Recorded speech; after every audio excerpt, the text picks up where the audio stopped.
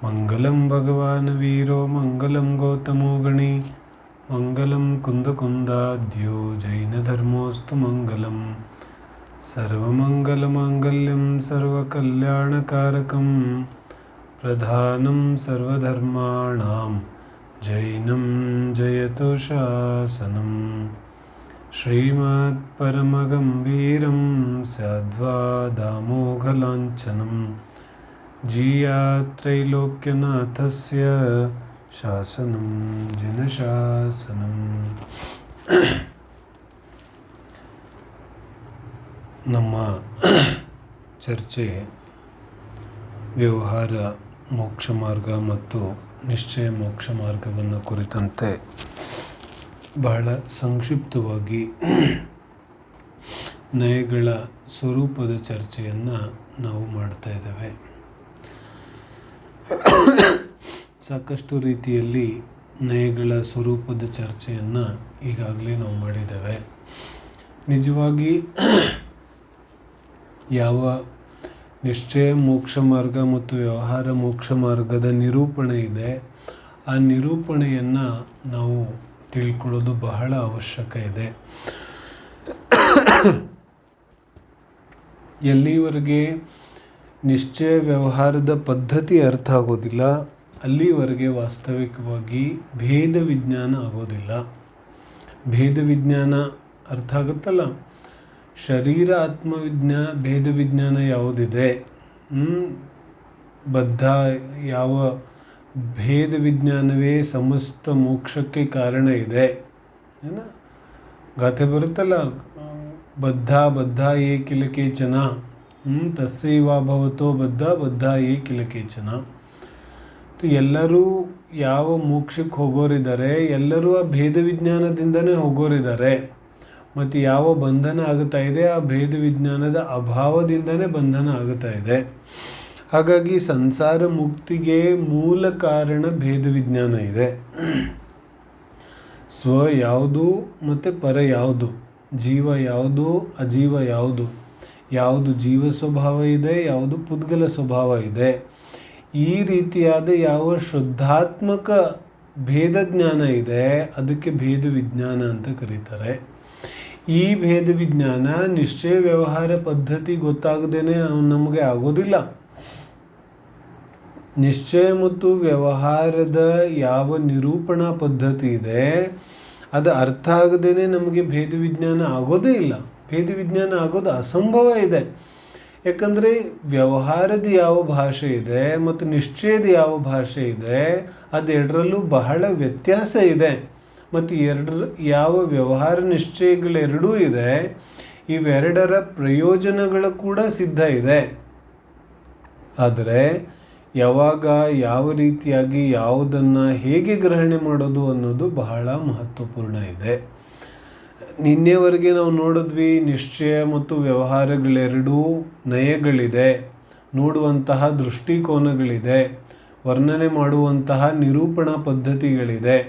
ನಿಶ್ಚಯ ವ್ಯವಹಾರ ಯಾವುದೇ ವಸ್ತುಗಳಲ್ಲಿಲ್ಲ, ನಿಶ್ಚಯ ವ್ಯವಹಾರ ಯಾವುದೇ ವ್ಯಕ್ತಿಯಲ್ಲಿಲ್ಲ. ಮತ್ತು ಸಮಸ್ತ ಜಿನವಾಣಿ ಅಪೇಕ್ಷೆಯಿಂದ ಪರಿಪೂರ್ಣ ಇದೆ. ಅಪೇಕ್ಷೆ ಅಂದರೆ ಪುನಃ ನಾನು ನಿನ್ನೆ ಹೇಳಿದ್ದೆ, ಅಪೇಕ್ಷೆ ಅಂದರೆ ಇಲ್ಲಿ ಎಕ್ಸ್ಪೆಕ್ಟೇಷನ್ ಅಲ್ಲ, ಅಪೇಕ್ಷೆ ಅಂದರೆ ದೃಷ್ಟಿಕೋನ. ಸಂಪೂರ್ಣ ಜಿನವಾಣಿ ದೃಷ್ಟಿಕೋನಗಳಿಂದ ಪರಿಪೂರ್ಣ ಇದೆ. ಅಂದರೆ ಜಿನವಾಣಿಯ ಪ್ರತಿಯೊಂದು ವಾಕ್ಯವನ್ನು ಕೂಡ ಅಪೇಕ್ಷೆಯಿಂದ ಬರೆದಿದ್ದಾರೆ. ಸರ್ವಥಾ ಏಕಾಂತವಾಗಿ ಜಿನವಾಣಿ ವರ್ಣನೆ ಮಾಡೋದೇ ಇಲ್ಲ, ಅನೇಕಾಂತ ಇದೆ. ಯಾವ ವರ್ಣನೆ ನಡೀತಾ ಇದೆ ಅದು ಯಾವುದಾದ್ರೂ ಒಂದು ಅಪೇಕ್ಷೆಯಿಂದ ಇದೆ. ಎಲ್ಲಿವರೆಗೆ ಆ ಅಪೇಕ್ಷೆ ಗೊತ್ತಿಲ್ಲ ಅಲ್ಲಿವರೆಗೆ ನಾವು ತಿಳಿಯೋದು ಅಸತ್ಯ ಇದೆ. ನಾನು ಮತ್ತೊಂದು ಸಲ ಹೇಳ್ತೇನೆ, ಎಲ್ಲಿವರೆಗೆ ಜಿನವಾಣಿ ಯಾವ ಅಪೇಕ್ಷೆಯಿಂದ ಯಾವ ಕಥನವನ್ನು ಮಾಡಿದೆ ಆ ಅಪೇಕ್ಷೆ ನಮಗೆ ಗೊತ್ತಿಲ್ಲ ಅಂದರೆ ನಾವು ವಾಸ್ತವಿಕವಾಗಿ ಅಸತ್ಯವನ್ನು ತಿಳಿತಾ ಇದ್ದೇವೆ. ಎಲ್ಲಿವರೆಗೆ ನಮಗೆ ಅಪೇಕ್ಷೆ ಗೊತ್ತಾಗೋದಿಲ್ಲ ಅಲ್ಲಿವರೆಗೆ ಅದು ಸತ್ಯ ಆಗೋದಿಲ್ಲ. ಸತ್ಯ ಯಾವಾಗುತ್ತೆ, ಯಾವಾಗ ನಮಗೆ ಅಪೇಕ್ಷೆ ಗೊತ್ತಿದೆ. ಅಪೇಕ್ಷೆ ಗೊತ್ತಿದ್ದು ನಾನು ಯಾವಾಗ ಹೇಳುತ್ತೇನೆ ಆವಾಗ ಅದು ಸತ್ಯ ಇದೆ. ಎಲ್ಲಿವರೆಗೆ ಅಪೇಕ್ಷೆ ಗೊತ್ತಿಲ್ಲ ಅಲ್ಲಿವರೆಗೆ ಅದು ಅಸತ್ಯ ಇದೆ. ಅಪೇಕ್ಷೆಯಿಂದ ಎಲ್ಲವೂ ಸತ್ಯ ಇದೆ. ಆದರೆ ಅಪೇಕ್ಷೆ ಇಲ್ಲದೆ ಹೋದರೆ, ಅಪೇಕ್ಷೆ ಅರ್ಥ ಆಗದೆ ಹೋದರೆ, ಸರಿಯಾದ ದೃಷ್ಟಿಕೋನ ತಿಳಿದೇ ಹೋದರೆ ಆಗ ಎಲ್ಲವೂ ಅಸತ್ಯ ಆಗುತ್ತೆ. ಸತ್ಯ ಕೂಡ ಅಸತ್ಯ ಆಗುತ್ತೆ. ಯಾಕೆ? ಅಪೇಕ್ಷೆ ಗೊತ್ತಿಲ್ಲ. ನೀನೇ ಪ್ರಶ್ನೆ ಬಂತಲ್ಲ, ಅರ್ಹಂತ ಪರಮೇಷ್ಠಿ ಜಿನಬಿಂಬ ಇದೆ, ಅದನ್ನು ಸಿದ್ಧ ಪರಮೇಷ್ಠಿ ಆಗಿದ್ದಾರೆ, ಆದರೂ ಅರ್ಹಂತರ ಅವಸ್ಥೆಯಲ್ಲಿ ಮಾಡ್ತಾ ಇದ್ದೇವೆ. ಜನ್ಮಾಭಿಷೇಕದ ರೀತಿಯಾಗಿ ಅಭಿಷೇಕ ಮಾಡ್ತೇವೆ. ಎಲ್ಲ ಸರಿ ಇದೆ, ಏನೂ ಸಮಸ್ಯೆ ಇಲ್ಲ ಆದರೆ ಸಮಸ್ಯೆ ಯಾವಾಗ ಉಂಟಾಗುತ್ತೆ? ಯಾವಾಗ ನನಗೆ ಅಪೇಕ್ಷೆ ಗೊತ್ತಿಲ್ಲ, ಆದರೆ ನಾನು ಕ್ರಿಯೆ ಮಾಡ್ತಾ ಇದ್ದೇನೆ. ಯಾಕೆ ಮಾಡ್ತಾ ಇದ್ದೇನೆ ನನಗೆ ಗೊತ್ತಿಲ್ಲ, ಯಾವ ಅಪೇಕ್ಷೆಯಿಂದ ಮಾಡ್ತಾ ಇದ್ದೇನೆ ನನಗೆ ಗೊತ್ತಿಲ್ಲ.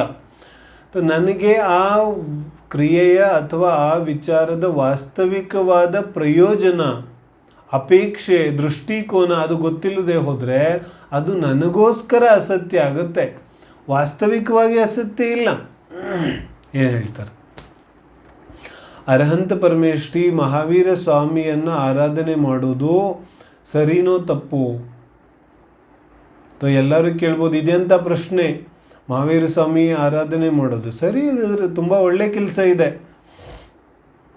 ತುಂಬ ಒಳ್ಳೆ ಕೆಲಸ ಇದೆ, ಆರಾಧನೆ ಮಾಡಲೂಬೇಕು, ಎಲ್ಲವೂ ಸತ್ಯ. ಆದರೆ ಅಪೇಕ್ಷೆ ಗೊತ್ತಿಲ್ಲದೆ ಹೋದರೆ, ಅಪೇಕ್ಷೆ ಏನು ಬಂತು ಇದರಲ್ಲಿ?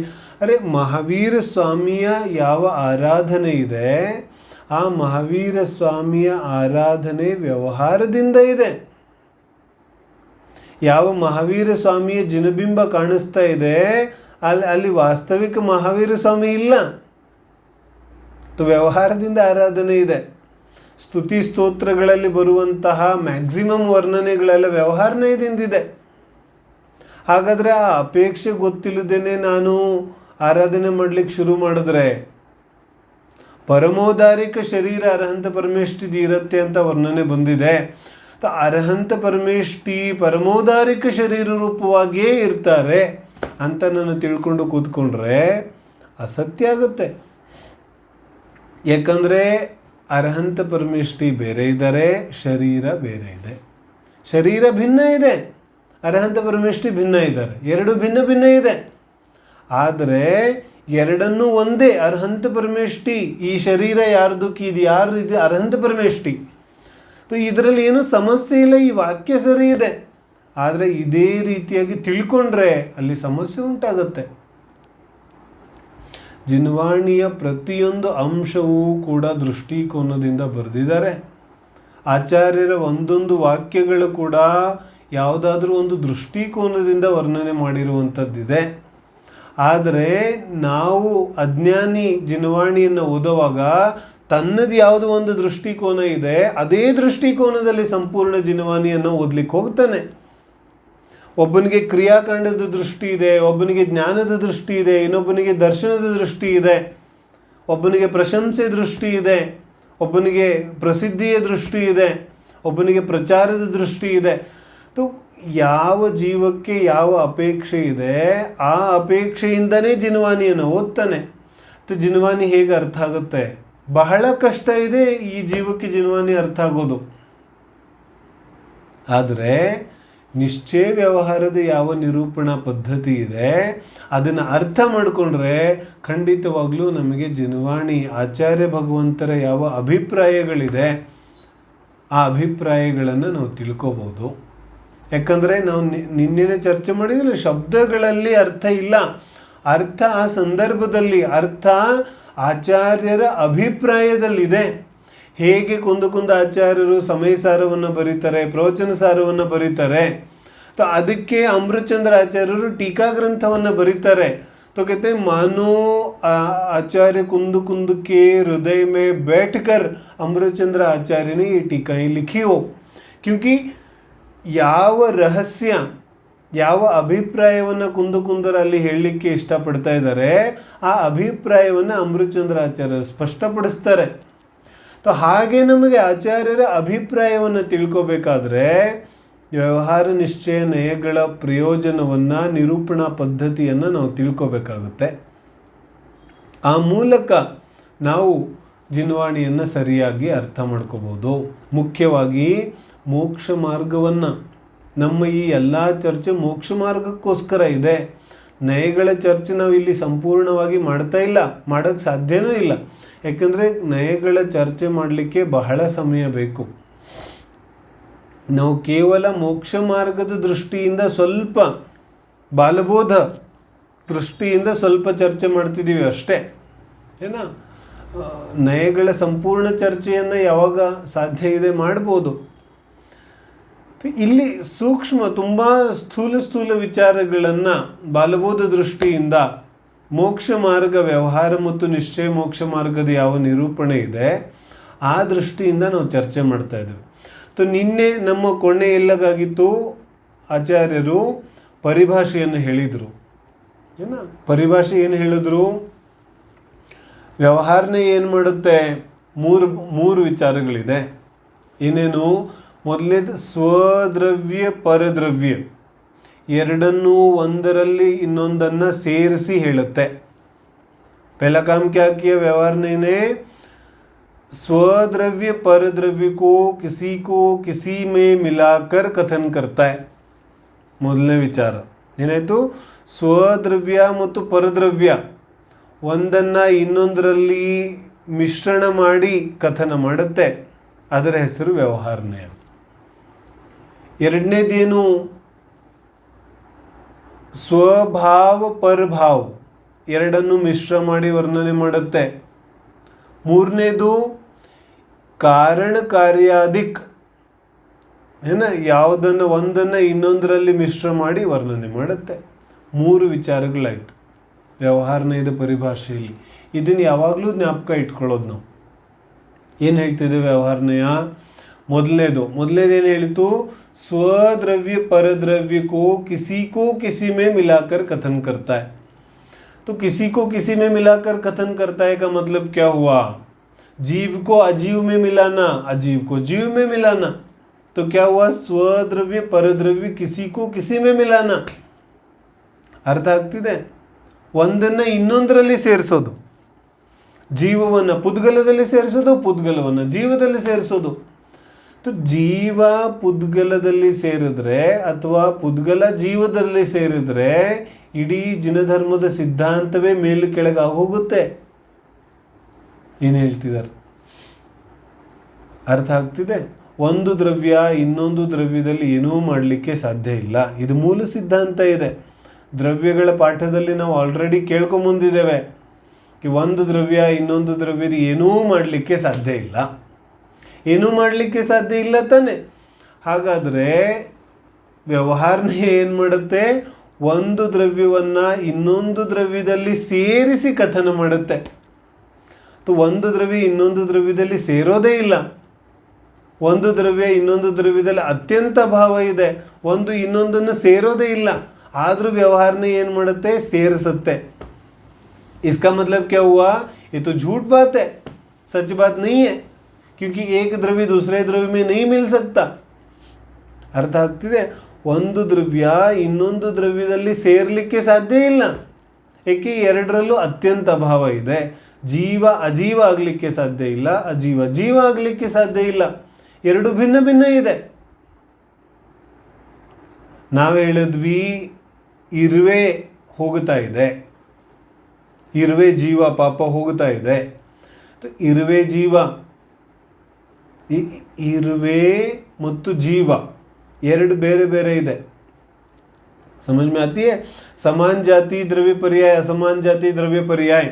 तो मनुष्य तिर्यन चादी तो असमान जाति द्रव्य पर्याय है ना. तो ಈ ಯಾವ ಅಸಮಾನ ಜಾತಿ ದ್ರವ್ಯ ಪರ್ಯಾಯ ಇದೆ? ಇರುವೆಗೆ ಜೀವ ಅಂದ್ವಿ. तो ಏನಾಯಿತು? ವ್ಯವಹಾರನೇದಿಂದ ಹೇಳಿದ್ವಿ ಇರುವೆ ಜೀವ ಇದೆ. ಇರುವೆ ಜೀವ ಇರುತ್ತೇನೋ? ನೈ. ಇರುವೆ ಶರೀರ ಇದೆ ಮತ್ತು ಜೀವ, ಶರೀರದಲ್ಲಿ ಇರೋ ಜೀವ ಬೇರೆ ಇದೆ. ಎರಡು ಭಿನ್ನ ಭಿನ್ನ ಇದೆ. ಶರೀರ ಬೇರೆ ಇದೆ, ಜೀವ ಬೇರೆ ಇದೆ. ಆದರೆ ಶರೀರ ಜೀವ ಎರಡನ್ನೂ ಸೇರಿಸಿ ವ್ಯವಹಾರನೇ ಏನು ಹೇಳಿತು? ಇರುವೆ ಜೀವ. ಏಯಿಂದಿಯಾವ, ಬೇಯಿಂದಿಯಾವ, ತೀಯಿಂದಿಯಾವ, ಏಕೇಂದ್ರಿ, ದ್ವಿಂದ್ರಿ, ಚತುರಿಂದ್ರಿ, पंचेंद्री. तो पंचेंद्री जीव, चतुरिंद्री जीव. जीव 4 ಇಂದ್ರಿಯದ ಜೀವ ಇರುತ್ತೇನು? ಕ್ಯಾಕತ್ತೆ 4 ಇಂದ್ರಿಯಗಳ ಜೀವ ಇರುತ್ತೇನು? ಜೀವಕ್ಕೆ ಇಂದ್ರಿಯಗಳೇ ಇರೋದಿಲ್ಲ, 4 ಎಲ್ಲಿಂದ ಬಂತು? ಕ್ಯಾಕತ್ತೆ जीव को तो इंद्रिया ही नहीं होती, जीव तो अमूर्तिक है, आत्मा तो अमूर्तिक है. तो ಅಮೂರ್ತಿಕ ಆತ್ಮನಿಗೆ ಇಂದ್ರಿಯಗಳೆಲ್ಲಿಂದ ಬರ್ತವೆ? ಆದರೂ ಜಿನ್ವಾನಿ ಏನು ಹೇಳುತ್ತೆ? 4 ಇಂದ್ರಿಯ ಜೀವ. तो 4 ಇಂದ್ರಿಯ ಜೀವ ಅಂತ ಹೇಳೋದು ಅಸತ್ಯ ಏನು ಹಾಗಾದರೆ? कि असत्य नहीं है, ಸತ್ಯ ಇದೆ. ಆದರೆ ಯಾವ ದೃಷ್ಟಿಯಿಂದ? ವ್ಯವಹಾರ ದೃಷ್ಟಿಯಿಂದ. ಯಾಕಂದರೆ ಆ ಇರುವೆ ಶರೀರದಲ್ಲಿ ಜೀವ ಇದೆ.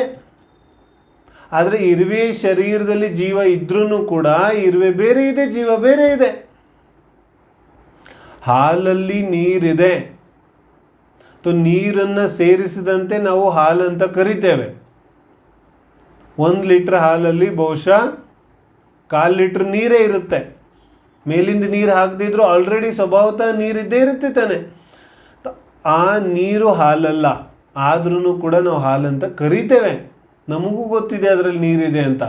ಅದನ್ನು ಚೆನ್ನಾಗಿ ಕಾಯಿಸಲಿಕ್ಕೆ, ಖೋವಾ ಮಾಡಲಿಕ್ಕೆ ಇಟ್ಟುಬಿಟ್ರೆ ಎಷ್ಟಾಗುತ್ತೆ? 1 ಲೀಟ್ರ್ ಹಾಲು 1/4 ಲೀಟ್ರ್ ಆಗಿ ಉಳಿಯುತ್ತೆ. ಮಿಕ್ಕಿದ್ದೆಲ್ಲ ನೀರಿತ್ತು, ಆವಿಯಾಗಿ ಹೋಯ್ತು. ಆದರೂ ನಾವೇನಂತೀವಿ ಅದಕ್ಕೆ? ಹಾಲು. ಸತ್ಯನೋ ಅಸತ್ಯನೋ? ಕಿ ವಾಸ್ತವಿಕವಾಗಿ ಅಸತ್ಯ ಇದೆ, ಆದರೆ ಸತ್ಯನೂ ಇದೆ. ಯಾಕಂದರೆ ಹಾಲಿನ ಜೊತೆಗಿದೆ, ಇರುವೆ ಶರೀರದಲ್ಲಿ ಜೀವ ಇದೆ, ಹಾಗಾಗಿ ಸತ್ಯ ಇದೆ. ಆದರೆ ಇರುವೆ ಶರೀರದಲ್ಲಿ ಜೀವ ಇರೋದು ಸತ್ಯ ಇದ್ರೂ ಇರುವೆಯನ್ನೇ ಜೀವ ಅಂತ ತಿಳ್ಕೊಂಡು ಕೂತ್ಕೊಂಡ್ಬಿಟ್ರೆ ಅವನು ಯಾವತ್ತೂ ಜೀವಾತ್ಮನನ್ನು ಗುರುತಿಸ್ಲಿಕ್ಕೆ ಸಾಧ್ಯ ಇಲ್ಲ. ಹಾಗಾಗಿ ಆತ್ಮನನ್ನೇ ಹಿಡ್ಕೊಂಡು ಕೂತ್ಕೋಬೇಕು. ಆತ್ಮನನ್ನು ಗುರುತಿಸ್ಬೇಕಾದ್ರೆ ನಾವು ವ್ಯವಹಾರನೆಯದ ಶ್ರದ್ಧೆ ಮಾಡಿ ಪ್ರಯೋಜನ ಇಲ್ಲ. ಆದರೆ ವ್ಯವಹಾರನೆಯದ್ದು ಪ್ರಯೋಜನ ಇದೆ. ಏನು ಪ್ರಯೋಜನ ಇದೆ ಅಂತ ಹೇಳ್ತಲ್ಲ, ಇರುವೆ ಜೀವ ಅಂತ ಕರೆಯೋದು, ವ್ಯವಹಾರನೆಯದು ಪ್ರಯೋಜನ ಇದೆ. ಇಲ್ಲಂದಿದ್ರೆ ಏನೇನೇ ಆಗೋಗೋದು, ಹಿಂಸೆ, ತಾಂಡವ ನೃತ್ಯ ಆಗೋಗೋದು. है ना? 2 इंद्रिय जीव, चतुरिंद्र जीव, अच्छा ಅರ್ಹಂತ ಜೀವ್, ಸಿದ್ಧ ಜೀವ್. ಜೀವ ಅರ್ಹಂತ ಇರುತ್ತೇನು? ಜೀವ ಸಿದ್ಧ ಇರುತ್ತೇನು? ಹೋಗ್ಲಿ. ಸಿದ್ಧ ಅನ್ನುವಂತಹ ಯಾವ ಪದ ಇದೆ ಅದು ಜೀವದ್ದಿದೆಯೇನು? ನಮಗೊಂದು ಅರೆ ಸಿದ್ಧಗತಿ ಅಂತೂ ಜೀವದ ಅಂತಿಮ ದಶೆ ಇದೆ, ಅದೇ ನಿಜವಾದ ಜೀವದ. ಅರೆ ಸಿದ್ಧ ಅನ್ನುವಂತಹ ಪದ ಕೂಡ ಜೀವದ್ದಲ್ಲ. ಯಾಕೆ ಜೀವದ್ದಲ್ಲ? ಅರೆ ಪದ ಇದೆಯಲ್ಲ, ಜೀವ ಎಲ್ಲ ಪದಗಳಿಂದ ರಹಿತ, ಅನಾದಿ ಅನಂತ ಶುದ್ಧ ಇದ್ದಾನೆ. ಅವನು ಹೇಗಿದ್ದಾನೆ ಹಾಗೇ ಇದ್ದಾನೆ. ಸಂಸಾರದಲ್ಲಿ ಹೆಂಗಿದ್ದ ಸಿದ್ಧಾವಸ್ಥೆಯಲ್ಲೂ ಹಾಗೆ ಇದ್ದಾನೆ. ಕ್ಯಾಕತ್ತೆ ನಮಗೆ ಆಶ್ಚರ್ಯ ಆಗುತ್ತೆ. ಜಿನ್ವಾನಿ ಅಪೇಕ್ಷೆಯನ್ನು ತಿಳಿಬೇಕು. ಅಪೇಕ್ಷೆಯನ್ನು ತಿಳ್ಕೊಂಡು ಆ ರೀತಿಯಾಗಿ ಶ್ರದ್ಧೆ ಮಾಡಿಕೊಂಡು ನಮ್ಮ ಕಲ್ಯಾಣ ಮಾಡ್ಕೊಳ್ಳೋದಿದೆ. ಪ್ರಪಂಚದಲ್ಲಿ, ಸಮಾಜದಲ್ಲಿ ಕಾಣ್ತಾ ಇರುವಂತಹ ಎಲ್ಲ ವಿವಾದಗಳು, ಮೋಹರಾಗದ್ವೇಷಗಳು, ಇದೆಲ್ಲವೂ ಅಪೇಕ್ಷೆಗಳನ್ನು ತಿಳ್ಕೊಳ್ಳದೇ ಇರೋ ಕಾರಣದಿಂದ ನಮಗೂ ಕೂಡ ಜಿನ್ವಾನಿ ಮೇಲೆ ದೃಢ ಶ್ರದ್ಧೆ ಬರದೇ ಇರೋದಕ್ಕೆ ಕಾರಣ ಕೂಡ ನಾವು ಅಪೇಕ್ಷೆಗಳನ್ನು ತಿಳಿದೇ ಇರೋದ್ರಿಂದ. ನಮಗೆ ಅಪೇಕ್ಷೆ ತಿಳಿಯೋದಿಲ್ಲ ಆಚಾರ್ಯರದ್ದು, ಹಾಗಾಗಿ ಶ್ರದ್ಧೆ ಕೂಡ ಆಗೋದಿಲ್ಲ. ಅಪೇಕ್ಷೆಯನ್ನು ತಿಳ್ಕೊಳ್ಳೋದು ಬಹಳ ಮುಖ್ಯ ಇದೆ. ವ್ಯವಹಾರನೆಯದು ಮೊದಲನೇ ಪರಿಭಾಷೆ ಏನು ಹೇಳಿದ್ರು? ಸ್ವದ್ರವ್ಯ ಪರದ್ರವ್ಯ ಒಂದನ್ನು ಇನ್ನೊಂದರಲ್ಲಿ ಸೇರಿಸಿ ಹೇಳಿದೆ. ಇರುವೆ ಜೀವ, ಜೀವನನ್ನ ಶರೀರದಲ್ಲಿ ಸೇರಿಸಿ ಕಥನ ಮಾಡ್ತು. ಅವರು ಡಾಕ್ಟರ್ ಇದ್ದಾರೆ, ಡಾಕ್ಟರ್ ಅನ್ನೋ ಪದವಿ ಬೇರೆ ಇದೆ, ಜೀವ ಬೇರೆ ಇದ್ದಾನೆ. ಆದರೆ ಏನು ಮಾಡಿದ್ರು? ಒಂದನ್ನು ಇನ್ನೊಂದರಲ್ಲಿ ಸೇರಿಸಿ ಕಥನ ಮಾಡಿದ್ರು. ಅದಕ್ಕೇನಂದ್ವಿ ನಾವು? ವ್ಯವಹಾರ ನಯ. ನಾನು ಯಾರು? ಕಿ ನಾನು ಶಿಕ್ಷಕ. ಯಾವ ದೃಷ್ಟಿಯಿಂದ? ಕಿ ವ್ಯವಹಾರದಿಂದ. ವಾಸ್ತವಿಕವಾಗಿ ನಾನೇನು ಶಿಕ್ಷಕ ಅಲ್ಲ. ಶಿಕ್ಷಕ ಅಲ್ಲ ಅಂದರೆ ನಿಜವಾಗಿ ನಾನು ಆತ್ಮ ಇದ್ದೇನೆ. ಅಪ್ಪ ಮೀರಹೋ ಆತ್ಮ ಇದ್ದೇನೆ. ಆದ್ರೂ ವ್ಯವಹಾರ ನಯದಿಂದ ನಾನು ಶಿಕ್ಷಕ ಇದ್ದೇನೆ. ಆದರೆ ಈ ನಾನು ವ್ಯವಹಾರ ನಯದಿಂದ ಶಿಕ್ಷಕ ಅನ್ನೋದು ಯಾವಾಗ ಸತ್ಯ ಆಗುತ್ತೆ? ನನಗೆ ಯಾವಾಗ ಅಪೇಕ್ಷೆ ಗೊತ್ತಿದೆ. ಅಪೇಕ್ಷೆ ಗೊತ್ತಿಲ್ಲದೆ ಹೋದರೆ ಮಿಥ್ಯಾತ್ವ ಇದೆ. ಏನ ಅರ್ಥ ಆಗ್ತಿದೆ? ಮೊದಲೇ ವಾಕ್ಯ ಏನು ಹೇಳಿದ್ರು? ಒಂದು ದ್ರವ್ಯವನ್ನು ಇನ್ನೊಂದರಲ್ಲಿ ಸೇರಿಸಿ ಕಥನ ಮಾಡೋದು ವ್ಯವಹಾರನೇದ ಕೆಲಸ ಇದೆ. ಯಾಕೆ ಕಥನ ಮಾಡುತ್ತೆ? ಯಾಕಂದರೆ ವ್ಯಾವಹಾರಿಕ ಪರ್ಯಾಯ ಸ್ವರೂಪವನ್ನು ತಿಳಿಸ್ಲಿಕ್ಕೋಸ್ಕರ ವ್ಯವಹಾರನೇ ಈ ರೀತಿಯಾದ ಕಥನ ಮಾಡುತ್ತೆ. ಅಂದರೆ ಪರ್ಯಾಯದ ಯಾವ ಸ್ವರೂಪ ಇದೆ ಅದನ್ನು ತಿಳಿಸ್ಲಿಕ್ಕೋಸ್ಕರ ವ್ಯವಹಾರನೆಯ ಈ ರೀತಿಯಾದ ಕಥನ ಮಾಡುತ್ತೆ. ಎರಡನೇ ಪರಿಭಾಷೆ ಏನು ಹೇಳಿದ್ರು? ಸ್ವಭಾವ ಪರಭಾವ್ ಎರಡನ್ನು ಒಂದನ್ನು ಇನ್ನೊಂದರಲ್ಲಿ ಸೇರಿಸಿ ಕಥನ ಮಾಡುತ್ತೆ. ಭಾವ ಅಂದರೆ ಏನಿಲ್ಲಿ? ಭಾವ ಅಂದರೆ ಇಲ್ಲಿ ಯಾವ ಸ್ವಭಾವ ಇದೆ ಅಥವಾ ಗುಣಗಳು, ಗುಣಗಳಿಗೆ ಇಲ್ಲಿ ಭಾವ ಅಂತ ಕರೀತಾರೆ. ಗುಣಗಳು ಜೀವದ್ರವ್ಯದ ಗುಣ, ಪುದ್ಗಲ ದ್ರವ್ಯದ ಗುಣ. ಜೀವದ್ರವ್ಯದ ಯಾವ ಗುಣ ಇದೆ, ಪುದ್ಗಲ ದ್ರವ್ಯದ ಯಾವ ಗುಣ ಇದೆ, ಅದೆರಡನ್ನು ಒಂದನ್ನು ಇನ್ನೊಂದರಲ್ಲಿ ಸೇರಿಸಿ ಕಥನ ಮಾಡುವಂಥದ್ದು. ಅರ್ಥ ಆಗುತ್ತೆ? ಯಾವ ಶಾಸ್ತ್ರ ಇದೆ, ಶಾಸ್ತ್ರದಿಂದ ಜ್ಞಾನ ಆಗುತ್ತೆ ಅಂತ ಹೇಳೋದು. ನನಗೆ ತತ್ವಜ್ಞಾನ, ತತ್ವಾರ್ಥ ಸೂತ್ರವನ್ನು ಓದೋದ್ರಿಂದ ನನಗೆ ತತ್ವಜ್ಞಾನ ಆಯಿತು, ಅಥವಾ ನಮ್ಮ ಸ್ವಾಧ್ಯಾಯ ಕೇಳೋದ್ರಿಂದ ನನಗೆ ಜ್ಞಾನ ಆಯಿತು. ಇದು ಯಾವ ನಯದಿಂದ? ವ್ಯವಹಾರ ನಯದಿಂದ. ಏನು ಹೇಳ್ತಾರೆ? ಶಾಸ್ತ್ರದಿಂದ ಜ್ಞಾನ ಆಯಿತು, ಪ್ರವಚನ ಕೇಳೋದ್ರಿಂದ ಜ್ಞಾನ ಆಯಿತು ಇತ್ಯಾದಿ ನಾವು ಏನು ಹೇಳ್ತೇವೆ, ಇದು ವ್ಯವಹಾರ ನಯದಿಂದ. ಯಾಕಂದರೆ ಒಂದು ಭಾವವನ್ನು ಇನ್ನೊಂದು ಭಾವದಲ್ಲಿ ಆರೋಪ ಮಾಡಿ ಕಥನ ಮಾಡ್ತಾ ಇದೆ. देखो ಶಾಸ್ತ್ರ ಇದೆಯಲ್ಲ, ಶಾಸ್ತ್ರ ಯಾವ ದ್ರವ್ಯ ಇದೆ? ಶಾಸ್ತ್ರ ಪುದ್ಗಲ ದ್ರವ್ಯ ಇದೆ. ಹಿಂದೆ ರವಿವಾರ ದಿನ ಒಂದು ದಿನ ಪ್ರಶ್ನೆ ಬಂದಿತ್ತಿದ್ದು, ಸ್ವಲ್ಪ ಚರ್ಚೆ ಮಾಡಿದ್ವಿ ನಾವು. ಶಾಸ್ತ್ರ ಯಾವ ದ್ರವ್ಯ ಇದೆ? ಪುದ್ಗಲ ದ್ರವ್ಯ ಇದೆ. ಸ್ಪರ್ಶ, ರಸ, ಗಂಧ, ವರ್ಣ ಎಲ್ಲ ಇದೆ ಶಾಸ್ತ್ರದಲ್ಲಿ. ಶಾಸ್ತ್ರ ಪುದ್ಗಲ ದ್ರವ್ಯ ಇದೆ. ಮತ್ತು ಜೀವ, ಆತ್ಮ ಜೀವದ್ರವ್ಯ ಇದ್ದಾನೆ. ಜೀವದ್ರವ್ಯದ ಕೆಲಸ ಜ್ಞಾನ ದರ್ಶನ ಇದೆ. ಪುದ್ಗಲ ದ್ರವ್ಯದ ಕೆಲಸ ಸ್ಪರ್ಶ, ರಸಗಂಧ, ವರ್ಣ ಇದೆ. ಪುದ್ಗಲ ದ್ರವ್ಯದ ಕೆಲಸ ಜ್ಞಾನ ಇಲ್ಲ. ಹಾಗಾದರೆ ಶಾಸ್ತ್ರದಲ್ಲಿ ಜ್ಞಾನ ಇಲ್ಲ, ಯಾಕಂದರೆ ಶಾಸ್ತ್ರ ಪುದ್ಗಲ ಇದೆ. ಶಾಸ್ತ್ರದಲ್ಲಿ ಎಲ್ಲಿಂದ ಜ್ಞಾನ ಬರುತ್ತೆ? ಏನು ಹೇಳ್ತಾರೆ? ಅಪೇಕ್ಷೆಯನ್ನು ಅರ್ಥ ಮಾಡ್ಕೋಬೇಕು, ಇಲ್ಲದ್ರೆ ಮಹಾ ಅನರ್ಥ ಮಾಡಿ ಜೀವ ಈ ಚರ್ಚೆಯಿಂದ ಅನರ್ಥವನ್ನೇ ಸ್ವೀಕಾರ ಮಾಡಿಕೊಂಡು ತನ್ನ ಭವದ ಹಾಳು ಮಾಡ್ಕೋತಾನೆ ಜೀವ. ಅಂದರೆ ತನ್ನ ಮನುಷ್ಯ ಭವವನ್ನು ವ್ಯರ್ಥವಾಗಿಸ್ಕೊಳ್ತಾನೆ ಅಷ್ಟೇ. ಇದರಲ್ಲಿ ಜಿನ್ವಾನಿದ್ದೇನೂ ತಪ್ಪಿಲ್ಲ. ಕುಂದು ಸ್ವಾಮಿ 5ನೇ ಗಾಥೆಯಲ್ಲಿ ಏನು ಹೇಳ್ತಾರೆ? ತಮ್ ದಾಯೇಜ್ಯ ಅಪ್ಪಣೋ ಸವಿಹವೇಣ. ನನ್ನ ಆತ್ಮನ ಸ್ವವೈಭವದಿಂದ, ನಿಜ ವೈಭವದಿಂದ ಆತ್ಮನನ್ನು ತೋರಿಸ್ತೇನೆ, ಅದನ್ನು ನೋಡು. ಚುಕ್ಕೇಜ್ಯ ಛಲಂ ನ ಘೇತವ್ವಂ. ಆದರೆ ನಿನಗೆ ನೋಡ್ಲಿಕ್ಕೆ ಆಗಲಿಲ್ಲ ಅಂದರೆ ಛಲಗ್ರಹಣ ಮಾಡಬೇಡ. ನೋಡ್ಲಿಕ್ಕೆ ಆಗಲಿಲ್ಲ ಅಂದರೆ ಆಚಾರ್ಯರು ತೋರಿಸ್ಲಿಕ್ಕಾಗಲಿಲ್ಲ, ಆಚಾರ್ಯರೇ ನೋಡಿಲ್ಲ ಅಂತ ಛಲಗ್ರಹಣ ಮಾಡಬೇಡ. ನಿನಗೆ ನೋಡಲಿಕ್ಕೆ ಬರಲಿಲ್ಲ. ಏನು ಹೇಳ್ತಾರೆ ಕುಂದು ಸ್ವಾಮಿ? ಚುಕ್ಕೇಜ್ಜ ಛಲಂ ನ ಘೇತವ್ವಂ. ನಿನಗೆ ಏನಾದರೂ ನಾನು ತೋರಿಸ್ಲಿಕ್ಕೆ ಆಗಲಿಲ್ಲ ಅಂತಾದರೆ ನೀನು ಛಲಗ್ರಹಣ ಮಾಡಬೇಡ, ಯಾಕಂದರೆ ನಂಗೆ ನೋಡ್ಲಿಕ್ಕೆ ಬರಲಿಲ್ಲ. ಜಿನ್ವಾಣಿ ವರ್ಣನೆ ಸರಿಯಾಗಿ ಮಾಡ್ತಾ ಇದೆ, ಆದರೆ ನಾವು ಅದನ್ನು ಸರಿಯಾಗಿ ಗ್ರಹಣೆ ಮಾಡಿಕೊಳ್ಳಿಲ್ಲ ಅಂದರೆ, ಅಥವಾ ನಮ್ಮ ಪೂರ್ವಗ್ರಹಿತ ಯಾವ ಅಜ್ಞಾನ ಇದೆ ಆ ಪೂರ್ವಗ್ರಹದ ಅಜ್ಞಾನದಿಂದನೇ ನಾವು ಜಿನ್ವಾನಿಯನ್ನು ಓದ್ತಾನೆ ಇದ್ದರೆ ಅರ್ಥ ಪುನಃ ವಿಪರೀತ ಅರ್ಥವೇ ಗ್ರಹಣೆ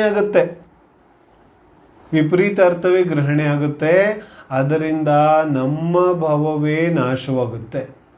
ಅಂದರೆ ಈ ಭವ ವ್ಯರ್ಥವಾಗಿ ಹೊರಟೋಗುತ್ತೆ. ಹಾಗಾಗಿ ನಾವು ನಮ್ಮ ಪುರುಷಾರ್ಥದಿಂದ ತಿಳ್ಕೋಬೇಕಾಗುತ್ತೆ. ಶಾಸ್ತ್ರ ಜಡ ಇದೆ. ಯಾರಿಗೆ ಧೈರ್ಯ ಆಗುತ್ತೆ ಇದನ್ನು ಹೇಳೋದು? ಇದು ಆಚಾರ್ಯರ ಕೃಪೆ ಇದೆ. ಕುಂದ ಅಮೃತಚಂದ್ರ, ಸಮಂತಭದ್ರ ಇಂತಹ ಮಹಂತ ಆಚಾರ್ಯರ ಕೃಪೆ ಇದೆ. ಅವರ ಕೃಪೆಯಿಂದ ತತ್ವಜ್ಞಾನ ಸಿಕ್ಕಿದೆ. ಇಲ್ಲಾಂದರೆ ಈ ರೀತಿಯಾದ ತತ್ವಜ್ಞಾನ ಹೇಳಲಿಕ್ಕೆ ಯಾರಿಗೆ ಧೈರ್ಯ ಇದೆ? ಯಾವ ಶಾಸ್ತ್ರವನ್ನು ಸ್ವಯಂ ಕುಂದ ಸ್ವಾಮಿ ಬರೀತಾ ಇದ್ದಾರೆ, ಯಾವ ಶಾಸ್ತ್ರವನ್ನ ಸ್ವಯಂ ಅಮೃತಚಂದ್ರ ಸ್ವಾಮಿ ಬರೀತಾ ಇದ್ದಾರೆ, ಪದ್ಮಪ್ರಭಮಲಧಾರಿ ದೇವ ಬರೀತಾ ಇದ್ದಾರೆ. ಆ ಸ್ವಯಂ ಆಚಾರ್ಯರು ಹೇಳ್ತಾರೆ ಈ ಶಾಸ್ತ್ರ ಅಜೀವ ಇದೆ, ಈ ಶಾಸ್ತ್ರ ಪುದ್ಗಲ ಇದೆ. ಅಮೃತಚಂದ್ರ ಸ್ವಾಮಿ ಏನು ಹೇಳ್ತಾರೆ ತತ್ವಾರ್ಥ ದರ್ಪಣದಲ್ಲಿ ಕೊನೆಯಲ್ಲಿ? ಶಬ್ದಗಳಿಂದ ಅಕ್ಷರಗಳಿಂದ ಶಬ್ದಗಳಾಯಿತು, ಶಬ್ದಗಳಿಂದ ವಾಕ್ಯಗಳಾಯಿತು, ವಾಕ್ಯಗಳಿಂದ ಶಾಸ್ತ್ರ ರಚನೆ ಆಯಿತು. ಎಲ್ಲ ಪೌದ್ಗಲಿಕ ಪರಮಾಣುಗಳ ಪರಿಣಾಮನೇ ಇದೆ. ಇದರಲ್ಲಿ ನಂದೇನಿದೆ? ನಾನು ಶಾಸ್ತ್ರದ ಕರ್ತೃ ಅಲ್ಲ. ಯಾಕಂದರೆ ನಾನು ಜೀವದ್ರವ್ಯ ಇದ್ದೇನೆ ಮತ್ತು ಶಾಸ್ತ್ರ ಅಜೀವ ದ್ರವ್ಯ ಇದೆ, ಪುದ್ಗಲ ದ್ರವ್ಯ ಇದೆ. ಪುದ್ಗಲ ದ್ರವ್ಯದ ಕರ್ತೃ ನಾನಾಗ್ಲಿಕ್ಕೆ ಹೇಗೆ ಸಾಧ್ಯ ಇದೆ? ಅಮೃತಚಂದ್ರ ಆಚಾರ್ಯರು ಹೇಳ್ತಾರೆ ನಾನು ಶಾಸ್ತ್ರದ ಕರ್ತೃ ಅಲ್ಲ. ಮತ್ತಾರು ಕರ್ತೃ ಇದ್ದಾರೆ? ಇದೆಲ್ಲ ಪುದ್ಗಲ ಪರಮಾಣುಗಳ ಪರಿಣಾಮನೇ ಇದೆ. ಪುದ್ಗಲ ಪರಮಾಣುಗಳೇ ಇದರ ಕರ್ತೃ ಇದ್ದಾರೆ. ಹಾಗಾದರೆ ಶಾಸ್ತ್ರದಲ್ಲಿ ಜ್ಞಾನ ಇಲ್ಲ. ಏನು ಹೀಗೆ ಹೇಳ್ತಾ ಇದ್ದಾರೆ? ನಮಗೆ ಆಶ್ಚರ್ಯ ಆಗುತ್ತಾ ಇರ್ಬೋದು, ವಿಚಿತ್ರ ಅನ್ನಿಸ್ತಾ ಇರ್ಬೋದು, ಆದರೆ ವಾಸ್ತವಿಕತೆ ಇದೆಯಲ್ಲ. ಶಾಸ್ತ್ರ ಸ್ಪರ್ಶರಸಗಂಧ ವರ್ಣವನ್ನು ಒಳಗೊಂಡಿದೆ. ಹಾಗಾದರೆ ಜ್ಞಾನ ಯಾವುದರಲ್ಲಿದೆ? ಅರೆ ಜ್ಞಾನ ಯಾವ ದ್ರವ್ಯದ ಗುಣ ಇದೆ? ಜ್ಞಾನ ಜೀವದ್ರವ್ಯದ ಗುಣ ಇದೆ. ಹಾಗಾದರೆ ಜೀವದ್ರವ್ಯದಲ್ಲಿ ಜ್ಞಾನ ಇದೆ. ಮತ್ತು ನಾನೆಲ್ಲಿ ಹುಡುಕಕ್ಕೆ ಹೋಗ್ತಾ ಇದ್ದೇನೆ? ಪುದ್ಗಲ ದ್ರವ್ಯದಲ್ಲಿ. ಹಾಗಾದರೆ ನಾಳೆಯಿಂದ ಏನು ಮಾಡೋದು? ಶಾಸ್ತ್ರ ಓದೋದು ನಿಲ್ಲಿಸೋದು? ಕ್ಯಾಕರ್ನ ಇದೇ ಸಮಸ್ಯೆ ಇದೆ. ಏಕೆಂದರೆ ಜಿನವಾಣಿ ಯಾವುದನ್ನು ಹೇಳ್ತಾ ಇದೆ ಆ ಕಡೆಗೆ ನಮ್ಮ ಗಮನನೇ ಹೋಗೋದಿಲ್ಲ. ನೇರವಾಗಿ ನಮ್ಮ ಗಮನ ನಕಾರಾತ್ಮಕದ ಕಡೆಗೆ ಹೋಗುತ್ತೆ. ಇಲ್ಲಿ ಶಾಸ್ತ್ರವನ್ನು ಓದೋದನ್ನು ಬಿಡಲಿಕ್ಕೆ ಹೇಳ್ತಿಲ್ಲ.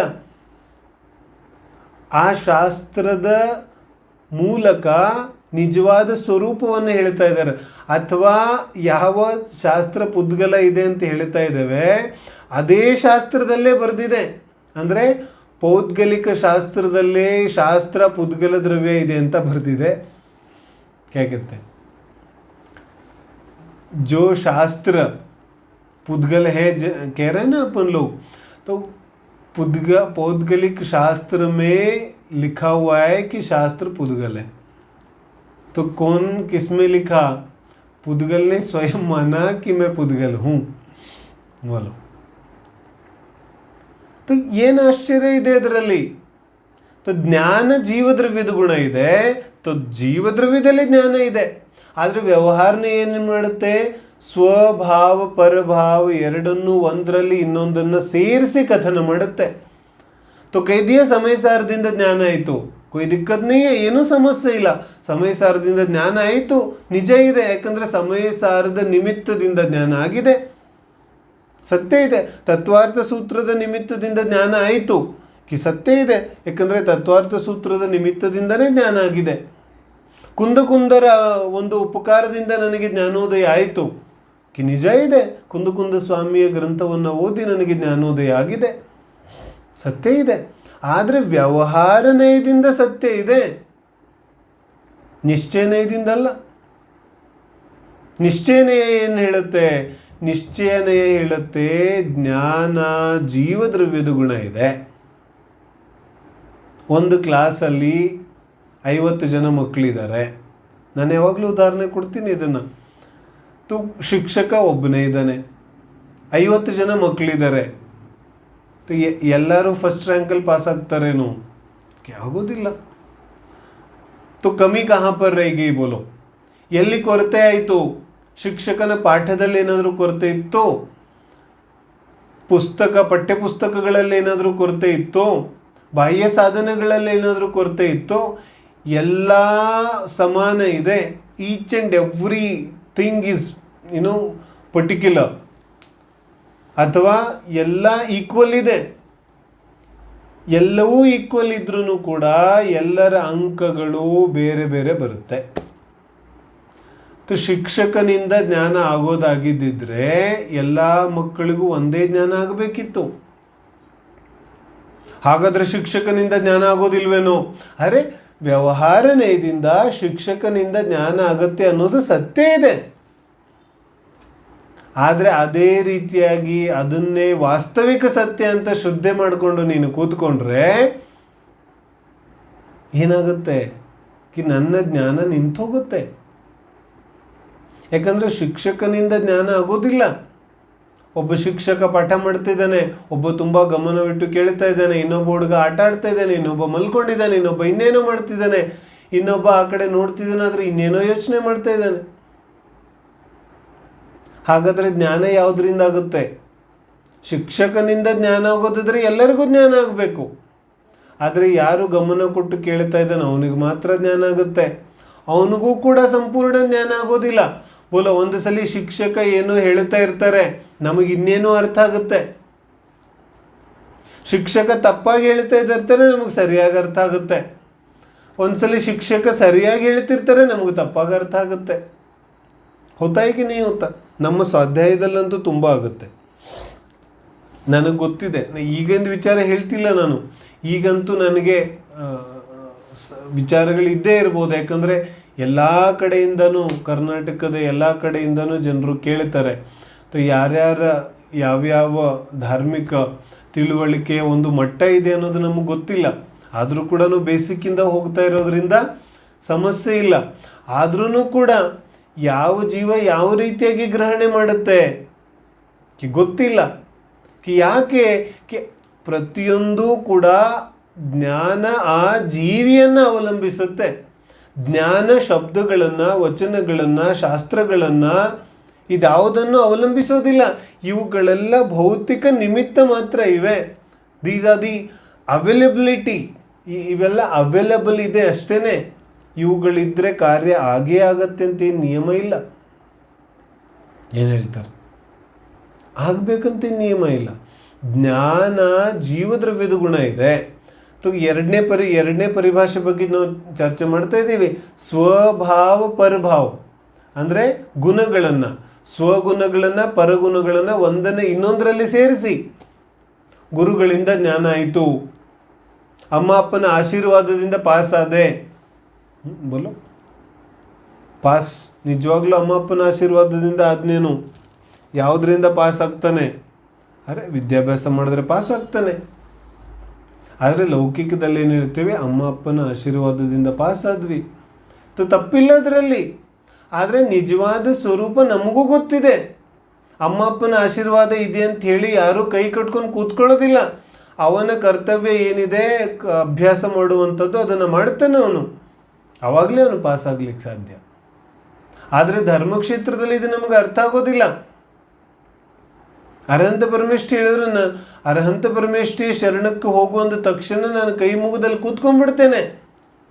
ಆದರೆ ಕೈ ಮುಗಿದು ಕೂತ್ಕೊಳ್ಳಿಕ್ಕೆ ಆಚಾರ್ಯರು ಹೇಳಿಲ್ಲ. ನನ್ನ ಯಾವ ಕರ್ತವ್ಯ ಇದೆ, ನನ್ನ ಯಾವ ಪುರುಷಾರ್ಥ ಇದೆ, ಅದನ್ನು ಮಾತ್ರ ನಾನು ಮಾಡ್ಲಿಕ್ಕೆ ತಯಾರಾಗೋದಿಲ್ಲ. ಯಾಕಂದರೆ ವ್ಯವಹಾರ ನಿಶ್ಚಯನೇ ಇದೆ, ಯಾವ ನಿರೂಪಣಾ ಪದ್ಧತಿ ಇದೆ ಅದು ನಮಗೆ ಗೊತ್ತಾಗೋದಿಲ್ಲ.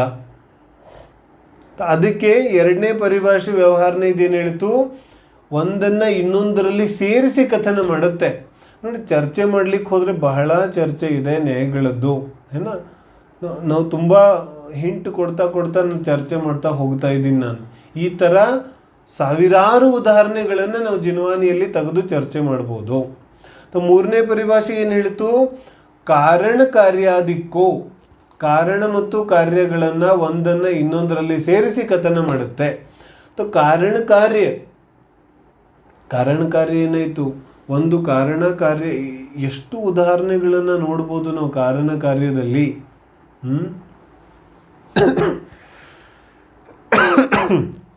ಸಂಸಾರದಲ್ಲಿ ಎಷ್ಟು ಕಾರ್ಯಗಳಾಗುತ್ತೆ, ಎಷ್ಟು ಕಾರಣಗಳಿರುತ್ತೆ, ಒಂದನ್ನು ಇನ್ನೊಂದರಲ್ಲಿ ಸೇರಿಸಿ ಕಥನ ಮಾಡ್ತಾನೆ ಇರ್ತೇವೆ.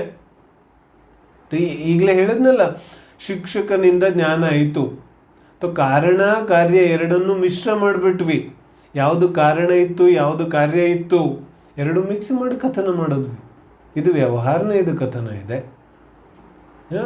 ಮುನಿಗಳ ಆಶೀರ್ವಾದದಿಂದ ಸಮ್ಯಕ್ತ್ವದ ಉದಯ ಆಯಿತು. ಬೋಲು, ಮುನಿಗಳ ಆಶೀರ್ವಾದದಿಂದ ಸಮ್ಯಕ್ತ ಪ್ರಕಟ ಆಗುತ್ತೆ. ಸಿಂಹ ಪರ್ಯಾಯದಲ್ಲಿ ಮಹಾವೀರ ಸ್ವಾಮಿ ಜೀವಕ್ಕೆ ಸಮ್ಯಕ್ ದರ್ಶನ ಹೆಂಗೆ ಪ್ರಾಪ್ತಿ ಆಯಿತು? ಚಾರಣ ಮುನಿಗಳ ಉಪದೇಶದಿಂದ, ಚಾರಣ ಮುನಿಗಳ ಆಶೀರ್ವಾದದಿಂದ ಸಮ್ಯಕ್ ದರ್ಶನ ಪ್ರಕಟ ಆಯಿತು. ಯಾವ ನಯದಿಂದ? ವ್ಯವಹಾರ ನಯದಿಂದ. ನಿಶ್ಚಯ ನಯದಿಂದ ಚಾರಣ ಮುನಿಗಳ ಉಪದೇಶ ನಿಮಿತ್ತ ಮಾತ್ರ ಇದೆ. ಒಂದು ವೇಳೆ ಆ ಸಿಂಹ ಜೀವ ತನ್ನ ಪುರುಷಾರ್ಥದಿಂದ ಚಾರಣ ಮುನಿಗಳ ಆ ದಿವ್ಯ ಸ್ವರೂಪವನ್ನು, ವೀತರಾಗತೆಯನ್ನು ನೋಡಿ ತನ್ನಲ್ಲಿ ತನ್ನ ಪುರುಷಾರ್ಥವನ್ನು ಜಾಗೃತ ಮಾಡಿ ತಾನು ನಿರ್ಣಯ ಮಾಡಿ, ಅಹೋ ನಾನಂತೂ ಜೀವದ್ರವ್ಯ ಇದ್ದೇನೆ, ಅನಾದಿ ಅನಂತ ಅಜರ ಅಮರ ತತ್ವ ಇದ್ದೇನೆ, ನಾನು ಎಲ್ಲಿ ಈ ಸಿಂಹ ಪರ್ಯಾಯದಲ್ಲಿ ಕೂತ್ಕೊಂಡು ಈ ಮಹಾಹಿಂಸೆ ಮಾಡ್ತಾ ಇದ್ದೇನೆ, ನನ್ನದಂತೂ ಈ ಮಹಾಮುನಿಗಳ ರೀತಿಯಾಗಿ ವೀತರಾಗ ಸ್ವರೂಪ ಇದೆ ಅನ್ನತಕ್ಕಂತಹ ಅಂತರಂಗದಲ್ಲಿ ತತ್ವಜ್ಞಾನದ ಪುರುಷಾರ್ಥ ಆಗದೆ ಹೋದರೆ ಸಮ್ಯಕ್ ದರ್ಶನ ಹೇಗಾಗತ್ತೆ?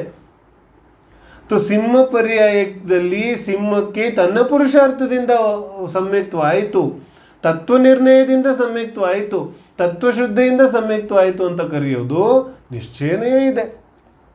ಅರ್ಥ ಆಗುತ್ತೆ? ಕಾರಣ ಕಾರ್ಯ ಅಧಿಕ ಯಾವುದನ್ನು ಒಂದನ್ನು ಇನ್ನೊಂದರಲ್ಲಿ ಸೇರಿಸಿ ಕಥನ ಮಾಡೋದಕ್ಕೆ ನಾವೇನಂತ ಕರಿತೀವಿ? ವ್ಯವಹಾರನಯ ಅಂತ ಕರಿತೇವೆ. ಹೀಗೆ ಅನೇಕ ರೀತಿಯಾಗಿ ವ್ಯವಹಾರನಯದ ಚರ್ಚೆಯನ್ನು ನಾವು ಮಾಡ್ಬೋದು. ನಿಶ್ಚಯನೇ ಇದಕ್ಕೆ ವಿರುದ್ಧ. ಸ್ವದ್ರವ್ಯ ಪರದ್ರವ್ಯ, ಸ್ವಭಾವ ಪರಭಾವ, ಕಾರಣ ಕಾರ್ಯ ಅಧಿಕ ಯಾವುದನ್ನು ಯಾವುದರಲ್ಲೂ ಸೇರಿಸೋದಿಲ್ಲ, ಯಾವುದು ಯಾವುದ್ರದ್ದಿದೆ ಅದು ಅದರದ್ದೇ ಅಂತ ಹೇಳುತ್ತೆ, ಅದು ನಿಶ್ಚಯನೇ ಇದೆ. ಜೀವ ಊಟ ಮಾಡ್ತೇನೆ ಅಂತ ವ್ಯವಹಾರನೇ ಹೇಳುತ್ತೆ, ನಿಶ್ಚಯನೇ ಹೇಳುತ್ತೆ ಜೀವ ಊಟ ಮಾಡೋದಿಲ್ಲ, ಶರೀರಕ್ಕೆ ಆಹಾರ ಹೋಗುತ್ತೆ, ಜೀವ ಅಂತೂ ನಿರಾಹಾರಿ ಇದ್ದಾನೆ, ಇದು ನಿಶ್ಚಯನೇ ಇದೆ. ಅರ್ಥ ಆಗುತ್ತೆ? ನಿಶ್ಚಯನೆಯ ಲಾಗ್ ಲಪೇಟ್ ನೀ ಕರ್ತಾ ನಾವು ಇಲ್ಲಿ ಮುಖ್ಯವಾದ ನಿಶ್ಚಯನಯ ಮತ್ತು ವ್ಯವಹಾರನಯದ ಚರ್ಚೆ ಮಾಡ್ತಾ ಇದ್ದೇವೆ. ನಿನ್ನೆ ನಾನು ಹೇಳಿದ್ದೆ, ವ್ಯವಹಾರದಲ್ಲೂ ಕೂಡ ನಿಶ್ಚಯದಲ್ಲೂ ಕೂಡ ಅನೇಕ ಕ್ಯಾಟಗರಿಗಳನ್ನು ನಾವು ಮಾಡಬಹುದು. ಸೂಕ್ಷ್ಮ ವ್ಯವಹಾರ, ಸ್ಥೂಲ ವ್ಯವಹಾರ, ಅತಿ ಸೂಕ್ಷ್ಮ ವ್ಯವಹಾರ, ಅತಿ ಸ್ಥೂಲ ವ್ಯವಹಾರ, ಹೀಗೆ ನಿಶ್ಚಯ ವ್ಯವಹಾರದಲ್ಲಿ ಭೇದಗಳನ್ನು ಮಾಡಬಹುದು. ನಿಶ್ಚಯನಯ ಈ ರೀತಿಯಾಗಿ ಮಾಡೋದಿಲ್ಲ. ಸ್ವದ್ರವ್ಯ ಪರದ್ರವ್ಯವನ್ನು, ಸ್ವಭಾವ ಪರಭಾವವನ್ನು, ಕಾರಣ ಕಾರ್ಯಾಧಿಕಗಳನ್ನು ಒಂದರಲ್ಲಿ ಇನ್ನೊಂದನ್ನು ಸೇರಿಸದೇನೆ ಕಥನ ಮಾಡುತ್ತೆ. ಹಾಗಾಗಿ ಅದಕ್ಕೆ ನಿಶ್ಚಯನಯ ಅಂತ ಕರೀತಾರೆ.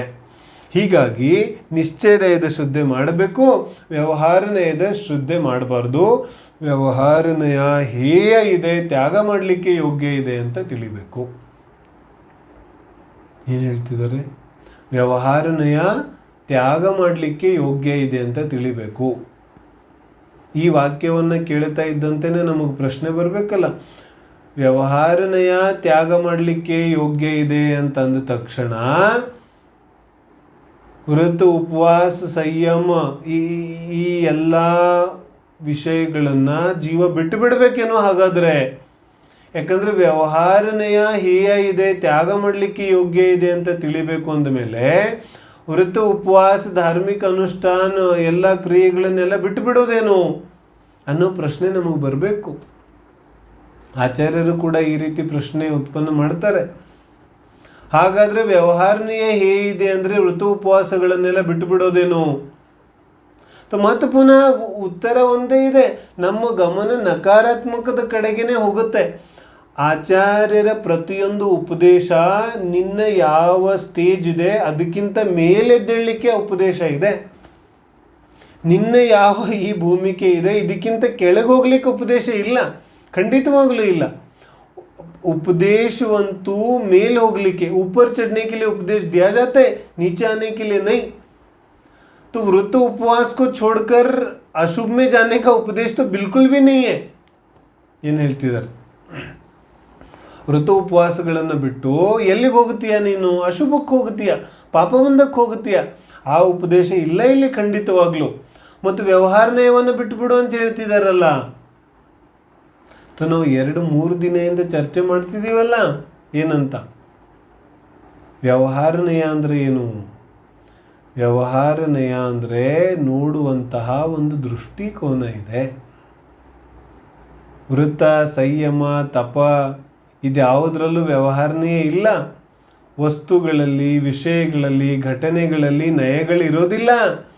ನಯಗಳೆಲ್ಲಿರುತ್ತೆ? ನಯಗಳು ನನ್ನ ನೋಡೋ ದೃಷ್ಟಿಕೋನದಲ್ಲಿದೆ. ವೃತ್ತ ಉಪವಾಸ ವ್ಯವಹಾರನೂ ಅಲ್ಲ, ನಿಶ್ಚಯನೂ ಅಲ್ಲ. ಮತ್ತೇನು ಬಿಡ್ಲಿಕ್ಕೆ ಹೇಳ್ತಾ ಇದ್ದಾರೆ? ಅರೆ, ಯಾವ ವ್ರತ ಉಪವಾಸಗಳನ್ನು ಮೋಕ್ಷ ಮಾರ್ಗ ಅಂತ ಹೇಳಿದ್ದಾರೆ ವ್ಯವಹಾರ ನಯದಿಂದ, ವ್ರತ ಉಪವಾಸಗಳನ್ನು ನಿಜವಾದ ಮೋಕ್ಷ ಮಾರ್ಗ ಅಂತ ತಿಳಿಬೇಡ. ಅರ್ಥ ಆಗ್ತಿದೆ? ವ್ರತ ಉಪವಾಸಗಳನ್ನು ವ್ಯವಹಾರದಿಂದ ಮೋಕ್ಷ ಮಾರ್ಗ ಅಂತ ಕರೆದ್ರು. ಯಾಕೆ ಕರೆದ್ರು ನಾವು ನಿನ್ನೆಲ್ಲ ಚರ್ಚೆ ಮಾಡಿದ್ದೇವೆ. ವ್ಯವಹಾರನೇದಿಂದ ವ್ರತ ಉಪವಾಸಗಳನ್ನು ಮೋಕ್ಷ ಮಾರ್ಗ ಅಂತ ಕರೆದಿದ್ದಾರೆ, ನಿಜವಾಗ್ಲೂ ಮೋಕ್ಷ ಮಾರ್ಗ ಅಂತ ತಿಳಿಬೇಡ. ಮೋಕ್ಷ ಮಾರ್ಗ ಅಂತ ತಿಳಿಬೇಡ. ವ್ಯವಹಾರ ನಯದ ಕಥನವನ್ನ, ವ್ಯವಹಾರ ನಯದ ಹೇಳಿಕೆಯನ್ನ ಮೋಕ್ಷ ಮಾರ್ಗ ಅಂತ ತಿಳಿಬೇಡ. ಅದರ ಹೆಸರು ವ್ಯವಹಾರ ನಯವನ್ನು ತ್ಯಾಗ ಮಾಡೋದು. बोलो, मैं दोबारा बोलूं, व्यवहार नए को छोड़ना, इसका मतलब क्या हुआ कि व्यवहार नए ने जो मोक्ष मार्ग कहा ना, व्रत उपवास को जो मोक्ष मार्ग कहा, वास्तविक में वो मोक्ष मार्ग नहीं है. इस प्रकार से जानना, उसका नाम व्यवहार नए को छोड़ना ಅಷ್ಟೇ. ವ್ಯವಹಾರ ನಯವನ್ನು ಬಿಡೋದಂದ್ರೆ ವ್ರತ ಉಪವಾಸವನ್ನು ಬಿಡೋದಲ್ಲ. ವ್ರತ ಉಪವಾಸವನ್ನು ವಾಸ್ತವಿಕವಾಗಿ ಮೋಕ್ಷ ಮಾರ್ಗ ಅಂತ ತಿಳಿಯೋದನ್ನು ಬಿಡೋದಿದೆ. ಯಾಕಂದರೆ ವ್ರತ ಉಪವಾಸಗಳು ವಾಸ್ತವಿಕವಾಗಿ ಧರ್ಮ ಅಲ್ಲ, ಮೋಕ್ಷ ಮಾರ್ಗ ಅಲ್ಲ. ನಿಜವಾದ ಮೋಕ್ಷ ಮಾರ್ಗ ರತ್ನತ್ರಯ ಇದೆ. ಅದರ ವಿಸ್ತೃತ ಚರ್ಚೆ ನಾವು ಮಾಡ್ಕೊಂಡು ಬಂದಿದ್ದೇವೆ ಈಗಾಗಲೇ, ಮತ್ತು ಪುನಃ ಮಾಡೋದಿಲ್ಲ ನಾನು. ನಿಜವಾದ ಮೋಕ್ಷ ಮಾರ್ಗ ಅಂತೂ ರತ್ನತ್ರಯ ಇದೆ. ವ್ರತ ಉಪವಾಸಗಳನ್ನು ಸಹಚಾರಿ ಕಾರಣ ಅಂತ ಮೋಕ್ಷ ಮಾರ್ಗ ಅಂತ ಕರೆದಿದ್ದಾರೆ. ವಾಸ್ತವಿಕವಾಗಿ ಮೋಕ್ಷ ಮಾರ್ಗ ಇಲ್ಲ. ವಾಸ್ತವಿಕವಾಗಿ ಮೋಕ್ಷ ಮಾರ್ಗ ಇಲ್ಲ ಅಂತ ತಿಳಿಯೋದೇನೆ ವ್ಯವಹಾರ ನಯದ ತ್ಯಾಗ ಇದೆ. ಬಸ್, ಇಸ್ಸೆ ಜ್ಯಾದ ವ್ಯವಹಾರ ನಯ का त्याग कुछ नहीं होता. ಇಷ್ಟೇ ವ್ಯವಹಾರ ನಯದ ತ್ಯಾಗ ಅಂದರೆ ಮೋಕ್ಷ ಮಾರ್ಗ ಅಂತ ನಂಬೋದನ್ನು ಬಿಡೋದಿದೆ. ಬೋಲ್ನೆ ಕಿಲೆ ತೋ ಚಲ್ತೆ, ಏನು ಹೇಳ್ತಾರೆ, ಮಾತಾಡಲಿಕ್ಕೆ ಈಗಲೂ ಅದೇ ಮಾತಾಡೋದಿದೆ. ಸಮ್ಯಕ್ ದೃಷ್ಟಿನೂ ನಂದೇ ಮನೆ ಅಂತ ಕರೀತಾನೆ, ಆದರೆ ನಂದೇ ಮನೆ ಅಂತ ಶ್ರದ್ಧೆ ಇರೋದಿಲ್ಲ. ಇಲ್ಲಿ ಶ್ರದ್ಧೆಯ ವಿಚಾರ ಇದೆ. ಅಪೇಕ್ಷೆ ಗೊತ್ತಿದೆ, ನನ್ನ ಮನೆ ಅಂತಂದ್ರೂ ಅವನಿಗೆ ಅಪೇಕ್ಷೆ ಗೊತ್ತಿದೆ ನಾನು ವ್ಯವಹಾರದಿಂದ ಹೇಳ್ತಾ ಇದ್ದೀನಿ ಅಂತ. ವಾಸ್ತವಿಕವಾಗಿ ನಿಶ್ಚಯನಯದಿಂದ ನಿಜವಾಗ್ಲೂ ಯಾವ ಮನೆ ಮಠನೂ ನಂದಲ್ಲ. ಎಲ್ಲ ಪುದ್ಗಲ ದ್ರವ್ಯ ಇದೆ, ಎಲ್ಲ ಮಣ್ಣಿದೆ, ಮಣ್ಣಲ್ಲೇ ಸಮಾಹಿತಾಗಿ ಹೋಗುತ್ತೆ. ಶರೀರದಿಂದ ಹಿಡ್ಕೊಂಡು ಎಲ್ಲವೂ ಕೂಡ ಮಣ್ಣಿದೆ, ಮಣ್ಣಲ್ಲಿ ಹೋಗುತ್ತೆ. ಇದು ನಿಶ್ಚಯನಯದ ಕಥನ ಇದೆ. ಹಾಗಾಗಿ ವೃತ್ತಶೀಲ ಸಂಯಮಗಳನ್ನು ಬಿಡೋ ಪ್ರಶ್ನೆನೇ ಇಲ್ಲ. ಸಮ್ಯಕ್ ದೃಷ್ಟಿ ಕೂಡ ಎಲ್ಲಿವರೆಗೆ ಪೂರ್ಣವೀತರಾಗತ್ತೆ ಪ್ರಕಟ ಆಗೋದಿಲ್ಲ, ಅಲ್ಲಿಯವರೆಗೂ ಕೂಡ ಶುಭ ಭಾವದಲ್ಲೇ ಇರ್ತಾನೆ. ಶುಭ ಭಾವದಲ್ಲಿ ಇರೋ ಪ್ರಯತ್ನನೇ ಮಾಡ್ತಾನೆ. ಮುನಿಗಳ ಜೀವನ ಅಂತೂ ಶುಭೋಪಯೋಗದಿಂದ ತುಂಬಿರುತ್ತೆ. ನಿರಂತರ 28 ಮೂಲಗುಣಗಳ ಆಚರಣೆ ಇದ್ದೇ ಇರುತ್ತೆ. ಅದನ್ನು ಬಿಡೋದಿಲ್ಲ, ಬಿಡೋ ಉಪದೇಶನೂ ಇಲ್ಲ. ಎಲ್ಲಿವರೆಗೆ ಪೂರ್ಣವೀತರಾಗತ್ತೆ ಆಗೋದಿಲ್ಲ, ಅಲ್ಲಿವರೆಗೆ ವೃತ್ತಿಶೀಲ ಸಂಯಮ ಜಪ್ ತಪ್ ತ್ಯಾಗ ಎಲ್ಲ ಇರುತ್ತೆ. ಆದರೆ ಅದನ್ನು ಮೋಕ್ಷ ಮಾರ್ಗ ಅಂತ ಶ್ರದ್ಧೆ ಮಾಡೋದು ಮಿಥ್ಯಾತ್ವ ಇದೆ. ಆದರೆ ಅದನ್ನು ಮೋಕ್ಷ ಮಾರ್ಗ ಅಂತ ಹೇಳೋದ್ರಲ್ಲಿ ಏನೋ ಸಮಸ್ಯೆ ಇಲ್ಲ, ಆದರೆ ನಮಗೆ ಅಪೇಕ್ಷೆ ಗೊತ್ತಿರಬೇಕು. ನೆಕ್ಸ್ಟ್ ಶಿಷ್ಯನಿಗೆ ಪ್ರಶ್ನೆ ಉತ್ಪನ್ನ ಆಗ್ಬಿಡುತ್ತೆ, ಇಷ್ಟೆಲ್ಲ ಗೊಂದಲಗಳಿದೆ ಅಂದ ಮೇಲೆ ಜಿನವಾಣಿಯಲ್ಲಿ ವ್ಯವಹಾರ ನಯದ ಕಥನವನ್ನೇ ಯಾಕೆ ಮಾಡಿದ್ರು? ವ್ಯವಹಾರ ನಯದ ನಿರೂಪಣೆಯನ್ನೇ ಯಾಕೆ ಮಾಡಿದ್ರು? ನೇರವಾಗಿ ಹೇಳಿಬಿಡ್ತಿದ್ರಲ್ಲ, ನಾನು ಒಂದು ಶುದ್ಧ ಆತ್ಮ, ಶರೀರ ಬರೀರ್ ಯಾವುದು ಏನೂ ಇಲ್ಲ, ಒಂದು ಶುದ್ಧ ಆತ್ಮ ಅಂತ ಹೇಳಿಬಿಡ್ತಿದ್ರು. ಅದೇನು ಕರ್ಣಾನುಯೋಗ, ಚರಣಾನುಯೋಗ, ಮಾರ್ಗಣ ಸ್ಥಾನ, ಗುಣಸ್ಥಾನ, ಕರ್ಮಕಾಂಡ, ಜೀವಕಾಂಡ, ಇದೆಲ್ಲ ಯಾಕೆ ಬರೆಯೋ ಅವಶ್ಯಕತೆ ಇತ್ತು? ಒಂದು ಜೀವ ದ್ರವ್ಯ ಶುದ್ಧ ಇದ್ದಾನೆ, ಎಲ್ಲ ಅದನ್ನು ಬಿಟ್ಟು ಎಲ್ಲ ಅಜೀವ ಇದೆ ಅಂತ ಹೇಳಿಬಿಡ್ಬೋದಿತ್ತಲ್ಲ. ಈ ಯಾವ ವ್ಯವಹಾರ ನಯ ಇದೆ ಇದನ್ನ ವರ್ಣನೆ ಮಾಡೋ ಅವಶ್ಯಕತೆ ಏನು ಜಿನವಾಣಿಯಲ್ಲಿ?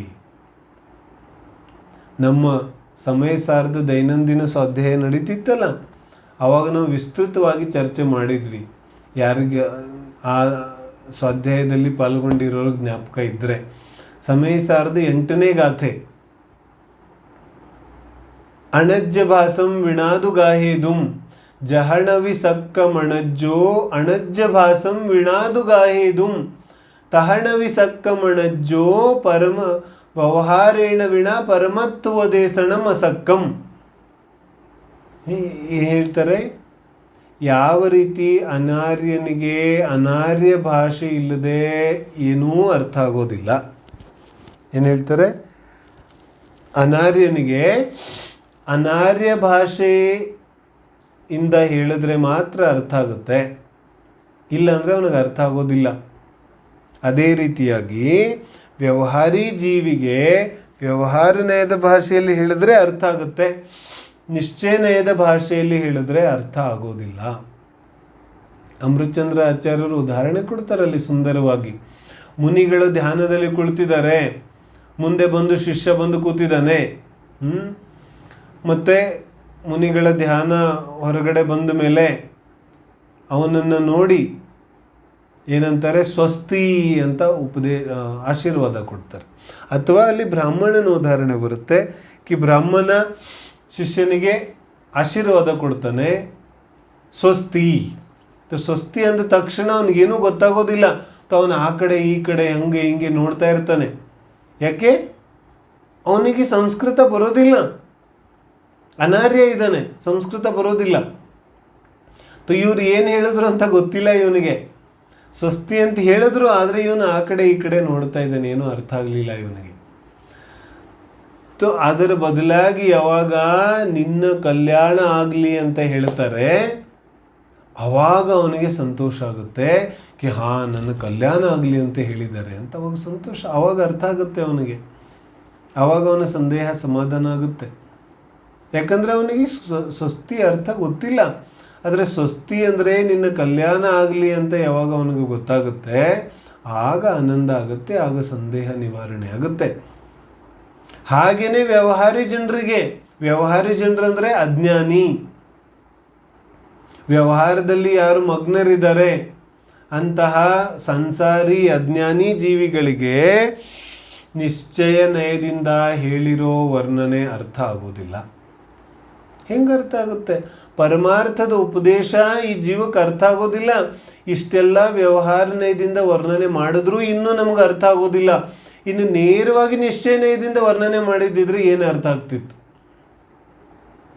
ಶರೀರ ಆತ್ಮ ಏನು ವರ್ಣನೆ ಮಾಡ್ದೇನೆ, ಶರೀರ ಆತ್ಮ ಏನು ಹೇಳದೇನೆ, ಆತ್ಮ ಶುದ್ಧ ಇದ್ದಾನೆ, ಆತ್ಮ ಜ್ಞಾನಾನಂದ ಸ್ವಭಾವಿ ಇದ್ದಾನೆ ಅಂತ ಹೇಳಿದ್ರೆ ಏನು ಅರ್ಥ ಆಗ್ತಿತ್ತು ನಮಗೆ? ಏನೂ ಅರ್ಥ ಆಗ್ತಿರ್ಲಿಲ್ಲ. ಯಾಕೆ? ನಮಗೆ ವ್ಯವಹಾರಿ ಜನರಿಗೆ ವ್ಯವಹಾರದ ಭಾಷೆಯಲ್ಲೇ ಅರ್ಥ ಆಗುತ್ತೆ, ನಿಶ್ಚಯದ ಭಾಷೆ ಅರ್ಥ ಆಗೋದಿಲ್ಲ. ಹಾಗಾಗಿ ವ್ಯವಹಾರಿ ಜನರಿಗೆ ವ್ಯವಹಾರ ಭಾಷೆಯಲ್ಲೇ ಅರ್ಥ ಆಗೋದ್ರಿಂದ ಜಿನವಾನಿಯಲ್ಲಿ ವ್ಯವಹಾರ ನಯದಿಂದ ವಿಚಾರವನ್ನು ಹೇಳಿದ್ದಾರೆ. ವ್ಯವಹಾರ ನಯದ ಪ್ರಯೋಜನ ತಿಳಿಸೋದಿದೆ, ತಿಳುವಳಿಕೆಗೋಸ್ಕರ ಇದೆ. ಏನು ಹೇಳ್ತಿದ್ದಾರೆ? ವ್ಯವಹಾರ ನಯದ ಪ್ರಯೋಜನ ತಿಳುವಳಿಕೆಗೋಸ್ಕರ, ತಿಳಿಸೋಕ್ಕೋಸ್ಕರ, ವಚನಕ್ಕೋಸ್ಕರ, ಹೇಳೋಕ್ಕೋಸ್ಕರ ಇದೆ. ಆದರೆ ಶ್ರದ್ಧೆ ಮಾಡಲಿಕ್ಕೋಸ್ಕರ ಇಲ್ಲ. ಶ್ರದ್ಧೆ ಮಾಡಲಿಕ್ಕಂತೂ ನಿಶ್ಚಯನೇ ಇದೆ. ಏನು ಹೇಳ್ತಾರೆ? ವ್ಯವಹಾರನೆಯ ಹೇಗೆ ಹೇಳುತ್ತೆ ಹಾಗೂ ವಸ್ತು ಸ್ವರೂಪ ಇಲ್ಲ. ಆದರೆ ತಿಳ್ಕೊಳ್ಳಿಕ್ಕೆ ವ್ಯವಹಾರನೆಯದ ಪ್ರಯೋಜನ ಇದೆ. ಶರೀರ ಜೀವ ಎರಡನ್ನೂ ಒಂದುಗೂಡಿಸಿ, ಜೀವವನ್ನು ಎರಡನ್ನೂ ಒಂದುಗೂಡಿಸಿ ಕಥನ ಮಾಡುತ್ತೆ. ಪ್ರಯೋಜನ ಅರ್ಥ ಮಾಡಿಸ್ಲಿಕ್ಕೆ ಈ ಯಾವ ಶರೀರ ಇದೆ, ಇದು ನಿಂದು ಶರೀರ ಅಂತ ಹೇಳುತ್ತೆ. ನಂದು ಶರೀರ ಅಂತ ಹೇಳಿದ ತಕ್ಷಣ ನನಗೆ ಗೊತ್ತಾಗುತ್ತೆ ಇದು ನಂದು ಶರೀರ ಅಂತ. ಆಮೇಲೆ ಹೇಳುತ್ತೆ ಈ ಶರೀರದಲ್ಲಿ ಆತ್ಮ ನೀನಿದೆಯಾ ಅಂತ. ಹೀಗೆ ಹಂತ ಹಂತವಾಗಿ ಯಾವ ವರ್ಣನೆ ಇದೆ, ಇದೆಲ್ಲ ತಿಳ್ಕೊಳ್ಳಿಕ್ಕೋಸ್ಕರ ವ್ಯವಹಾರನೆಯದ ಪ್ರಯೋಜನ ಇದೆ. ನಿಶ್ಚಯನಯದ ಪ್ರಯೋಜನ ಶ್ರದ್ಧೆ ಮಾಡೋದಿದೆ. ನಿಶ್ಚಯನಯದ ಪ್ರಯೋಜನ ಶ್ರದ್ಧೆ ಅಂದರೆ ಈ ಥರ ವ್ಯವಹಾರನೆಯ ಯಾವ ರೀತಿಯಾಗಿ ಹೇಳಿದೆ ಆ ಥರ ಇಲ್ಲ. ಆದರೆ ಉಪಚಾರದಿಂದ ವ್ಯವಹಾರನಯದಿಂದ ಈ ಥರ ಹೇಳಿದ್ದಾರೆ. ನಿಶ್ಚಯನಯದಿಂದಂತೂ ವಸ್ತು ಇದೇ ರೀತಿಯಾಗಿದೆ. ವ್ಯವಹಾರನಯದಿಂದ ಹೇಳಿದ್ದಾರೆ. ಋಷಭದೇವನಿಗೆ 2 ಪತ್ನಿಯರಿದ್ರು, 103 ಜನ ಮಕ್ಕಳಿದ್ರು ಇತ್ಯಾದಿ ಕಥನೆ ಹೇಳಿದ್ದಾರೆ ವ್ಯವಹಾರನಯದಿಂದ. ಆದರೆ ನಿಶ್ಚಯನಯದಿಂದ ಹೀಗಿಲ್ಲ. ಆತ್ಮ ಭಿನ್ನ ಇದೆ, ಶರೀರ ಭಿನ್ನ ಇದೆ, ಅರಮನೆ ಭಿನ್ನ ಇದೆ, ಸ್ತ್ರೀ ಪುತ್ರ ಮಿತ್ರ ಎಲ್ಲ ಭಿನ್ನ ಇದ್ದಾರೆ, ಎಲ್ಲ ಭಿನ್ನ ಇದೆ. ಆದರೆ ವ್ಯವಹಾರನಯದಿಂದ ತಿಳ್ಕೊಳ್ಳಿಕ್ಕೋಸ್ಕರ ಈ ರೀತಿಯಾದ ಕಥನ ಇದೆ. ವ್ಯವಹಾರನಯದ ಕಥನ ತಿಳುವಳಿಕೆಗೋಸ್ಕರ, ನಿಶ್ಚಯನಯದ ಕಥನ ಶ್ರದ್ಧೆ ಮಾಡಲಿಕ್ಕೋಸ್ಕರ, ಅನಾದಿ ಅನಂತ ಕಾಲದ ದೃಢ ಶ್ರದ್ಧೆಗೋಸ್ಕರ ನಿಶ್ಚಯನಯ ಇದೆ. ಮತ್ತು ವಾಸ್ತವಿಕವಾಗಿ ಹಾಗೆ ನೋಡಿದ್ರೆ ನಿಶ್ಚಯ ಮತ್ತು ವ್ಯವಹಾರ ಎರಡೂ ಕೂಡ ವಿಕಲ್ಪಗಳಿದೆ. ಸ್ವಲ್ಪ ಇನ್ನೂ ಸೂಕ್ಷ್ಮ ಬಂದಿದೆ. ಕೊನೆಯ ವಿಚಾರ, ಮೂಲ ವಿಚಾರವನ್ನು ನಾನು ಹೇಳಿ ಹಿಂಟ್ ಕೊಡ್ತಾ ಹೋಗ್ತಿದ್ದೀನಿ ನಾನು ಎಲ್ಲ ವಿಚಾರಗಳನ್ನು.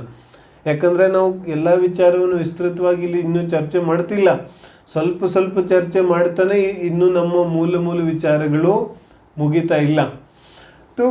ಕೊನೆಗೇನು ಹೇಳ್ತಿದ್ದಾರೆ, ನಿಶ್ಚಯನಯನೂ ಒಂದು ದೃಷ್ಟಿಕೋನ ಇದೆ, ವ್ಯವಹಾರನಯನೂ ಒಂದು ದೃಷ್ಟಿಕೋನ ಇದೆ. ಆದರೆ ಈ ಎರಡೂ ದೃಷ್ಟಿಕೋನಗಳು ನಯ ವಿಕಲ್ಪಗಳಿದೆ, ವಿಚಾರಗಳಿದೆ.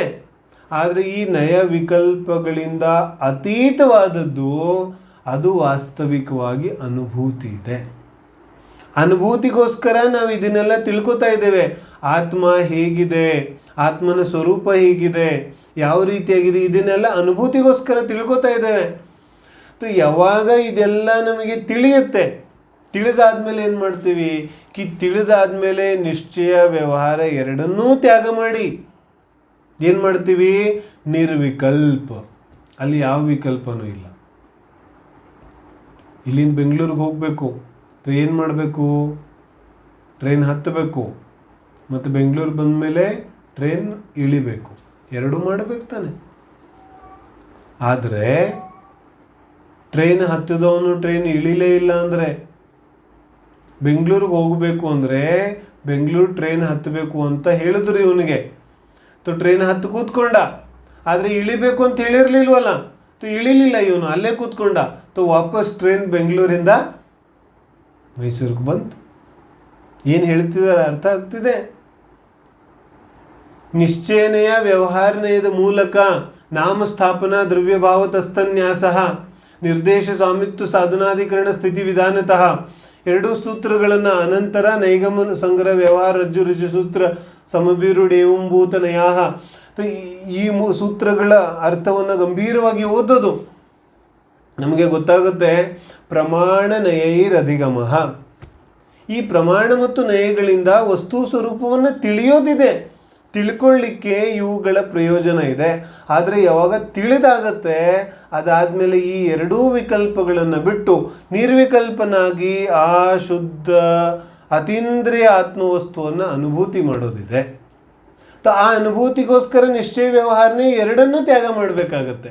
ಯಾಕಂದರೆ ಎರಡೂ ಕೂಡ ವಿಕಲ್ಪಗಳಿದೆ, ಎರಡೂ ಕೂಡ ವಿಚಾರಗಳಿದೆ. ನನಗೆ ಗೊತ್ತಿದೆ ಸ್ವಲ್ಪ ವಿಚಾರ ಕಷ್ಟ ಆಗುತ್ತಾ ಇರ್ಬೋದು ಅಂತ, ಆದರೆ ಪ್ರಯತ್ನ ಮಾಡೋದು ಗ್ರಹಣ ಮಾಡಿಕೊಳ್ಳಿಕ್ಕೆ. ನಿಶ್ಚಯ ವ್ಯವಹಾರ ಎರಡೂ ವಿಕಲ್ಪ ಇದೆ. ಇವೆರಡೂ ವಿಕಲ್ಪಗಳನ್ನು ಬಿಟ್ಟು ಆತ್ಮವಸ್ತುವಿನ ಕಡೆಗೆ ನಾವು ನಿರ್ವಿಕಲ್ಪಾತ್ಮಕ ದೃಷ್ಟಿಯಿಂದ ನೋಡಿದಾಗ ಆಗ ನಿಜವಾದ ಅತೀಂದ್ರಿಯ ಆನಂದದ ಅನುಭೂತಿ ಆಗುತ್ತೆ. ಆ ಅತೀಂದ್ರಿಯ ಆನಂದದ ಅನುಭೂತಿಯಿಂದ ಸಂವರ ನಿರ್ಜರೆ ಆಗುತ್ತೆ, ಸಮ್ಯಕ್ ದರ್ಶನದ ಪ್ರಾಪ್ತಿಯಾಗುತ್ತೆ, ಅನಂತ ಸಂಸಾರದ ಶಾಂತ ಆಗುತ್ತೆ, ಹಾಗೂ ನಮ್ಮ ಆತ್ಮಕಲ್ಯಾಣ ಆಗುತ್ತೆ. ಹಾಗಾಗಿ ಈ ರೀತಿಯಾಗಿ ನಾವು ನಿಶ್ಚಯ ವ್ಯವಹಾರನಯಗಳ ಒಂದು ಸ್ವರೂಪವನ್ನು ತಿಳ್ಕೊಂಡು ನಯಗಳ ಯಾವ ಜಿನ್ವಾನಿಯ ಒಂದು ವರ್ಣನೆ ಮಾಡುವಂತಹ ಬಹಳ ಅದ್ಭುತವಾದ ಪದ್ಧತಿ ಇದೆ. ಈ ನಯ ಪದ್ಧತಿಯ ಮೂಲಕ ಜಿನ್ವಾನಿಯನ್ನು ಸರಿಯಾಗಿ ಸಮಗ್ರವಾಗಿ ಅರ್ಥ ಮಾಡಿಕೊಂಡು ನಮ್ಮ ಆತ್ಮಕಲ್ಯಾಣವನ್ನು ಮಾಡಿಕೊಳ್ಳೋದಿದೆ. ಮೂಲದಲ್ಲಿ ಒಂದೇ ವಿಚಾರವನ್ನು ಯಾವಾಗಲೂ ಜ್ಞಾಪಕ ಇಟ್ಕೊಳ್ಳೋದಿದೆ. ಜಿನ್ವಾನಿ ನಾನು ಯಾವಾಗ ಓದಿದ್ರೂ ಕೂಡ ವೀತರಾಗತೆ ಮತ್ತು ಅಹಿಂಸೆ ಎರಡನ್ನೂ ಮುಂದಿಟ್ಟುಕೊಂಡು ನಾನು ಜಿನ್ವಾನಿಯನ್ನು ಓದಬೇಕು. ಎಲ್ಲಿ ವೀತರಾಗತೆಯ ಪೋಷಣೆ ಇದೆ, ಎಲ್ಲಿ ಅಹಿಂಸೆಯ ಪೋಷಣೆ ಇದೆ, ಅದು ಜಿನ್ವಾನಿ ಇದೆ. ಅಲ್ಲಿ ಆ ಅಪೇಕ್ಷೆಯಿಂದ ಅದನ್ನು ನಾವು ಓದಬಹುದಿದೆ. ಆದರೆ ಯಾವ ಸಮಯದಲ್ಲಿ ವೀತರಾಗತೆ ಬಿಟ್ಟು ರಾಗದ್ವೇಷದ ಪೋಷಣೆ ಆಗಲಿಕ್ಕೆ ಶುರುವಾಗುತ್ತೆ, ಅಹಿಂಸೆಯನ್ನು ಬಿಟ್ಟು ಹಿಂಸೆಯ ಪೋಷಣೆ ಆಗಲಿಕ್ಕೆ ಶುರುವಾಗುತ್ತೆ, ಅದು ಖಂಡಿತವಾಗಿಯೂ ಜಿನಧರ್ಮದ ಸ್ವರೂಪ ಆಗಲಿಕ್ಕೆ ಸಾಧ್ಯ ಇಲ್ಲ ಅನ್ನುವಂತಹ ಫಾರ್ಮ್ಯುಲಾನ ಜ್ಞಾಪಕ ಇಟ್ಕೊಂಡು ಈ ವೀತರಾಗತೆ ಮತ್ತು ಅಹಿಂಸೆಯನ್ನು ಮುಂದಿಟ್ಕೊಂಡು ಆ ಅಪೇಕ್ಷೆಯಿಂದ ಜಿನವಾನಿಯನ್ನು ನಾವು ಓದಿದ್ರೆ ಖಂಡಿತವಾಗ್ಲೂ ನಯಗಳ ಅಪೇಕ್ಷೆಯನ್ನು ತಿಳ್ಕೊಂಡು ನಮಗೆ ಸಮ್ಯಜ್ಞಾನ ಆಗೋದು ಖಂಡಿತವಾಗ್ಲಿಯೂ ಸಾಧ್ಯ ಇದೆ. ಹಾಗಾಗಿ ನಯಗಳ ಒಂದು ಸರಿಯಾದ ಜ್ಞಾನವನ್ನು ತಿಳ್ಕೊಂಡು ಆ ಮೂಲಕ ಜಿನ್ವಾಣಿಯ ಆಚಾರ್ಯರ ಅಭಿಪ್ರಾಯದ ರಹಸ್ಯವನ್ನು ತಿಳ್ಕೊಂಡು ನಮ್ಮ ಮನುಷ್ಯಭಾವವನ್ನು ನಾವು ಸಾರ್ಥಕ ಮಾಡಿಕೊಳ್ಳೋದು ವಾಸ್ತವಿಕವಾಗಿ ಪ್ರಯೋಜನ ಇದೆ. ಹಾಗಾಗಲಿ ಅನ್ನೋ ಭಾವನೆಯಿಂದ ಇವತ್ತಿನ ಸ್ವಾಧ್ಯಾಯವನ್ನು ಇಲ್ಲೇ ವಿರಾಮ ಮಾಡಿದೆ. ಓಂ ನಮಃ ಜಿನ್ವಾನಿ ಸ್ತುತಿ.